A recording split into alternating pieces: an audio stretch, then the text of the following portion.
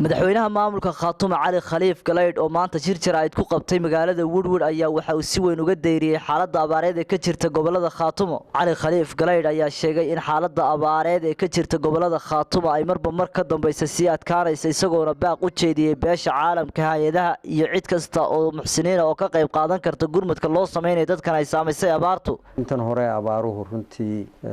waxaynan hore u arag iyo aad moodaa dhulka inay ka socdaan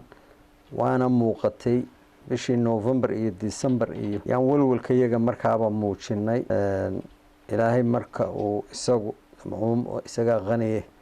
isaga khayraadkiisa bixiya laakiin wixii uu looga bartay markaaba waa noo muuqatay bishii April in uu guga sidii hore looga bartay inuu bishii April wiiga oo labada wiiga dhaxda waxay bilaabmaan على حال وحي عن كبقينا بوانا هيان حوله وحنو ملاينا إن بدن هذا وابا بحضي ضد بدن ودبدا محو عن مقالوين كتولوين كي مقالوين كتشوجين بحضا كسوق الغولية مقالوين كي حوله هنا على فلان تي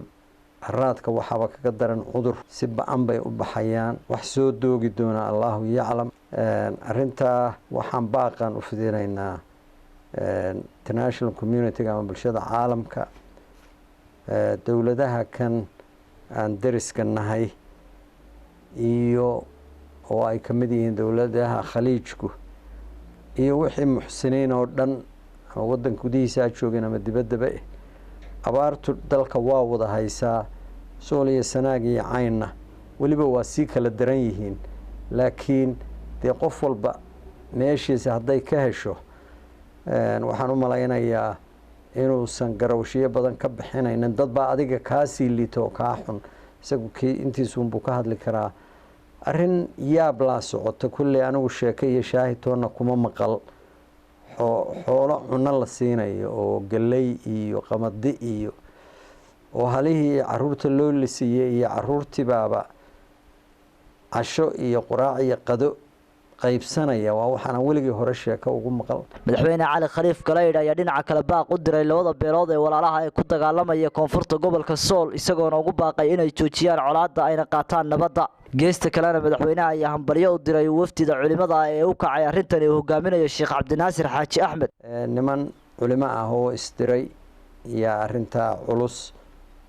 laascaanood iyo aaga ilaa saxdheer ilaa dharkeenga iyo ka aloosan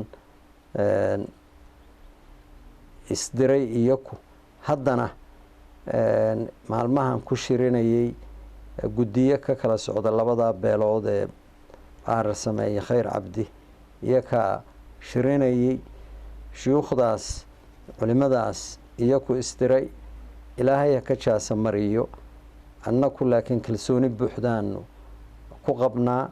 labada beeloodna waxaan baaqan aan rabaa inaan u jeediyo war haddii idinku aad isu iman weydeen haddii idinku waxa idin dhex yaala iyo waxaad isu tihiin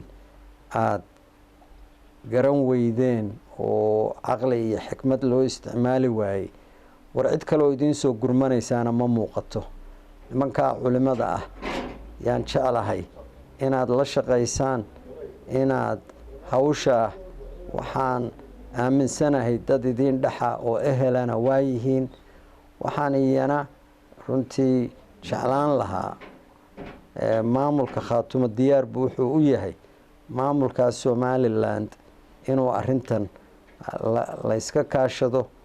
Cali Khaliif Galeyd ayaa baaq u jeediyay qurbo joogta labada beelood ee Khayr Cabdi iyo Bahar Sameeye isagoona sheegay in iyaguna ka soo qayb qaataan sidii loo damin lahaa loona joojin lahaa colaadaasi Sakariya Maxamed Ciise Wadani wararka telefishinka Somali News Woodward.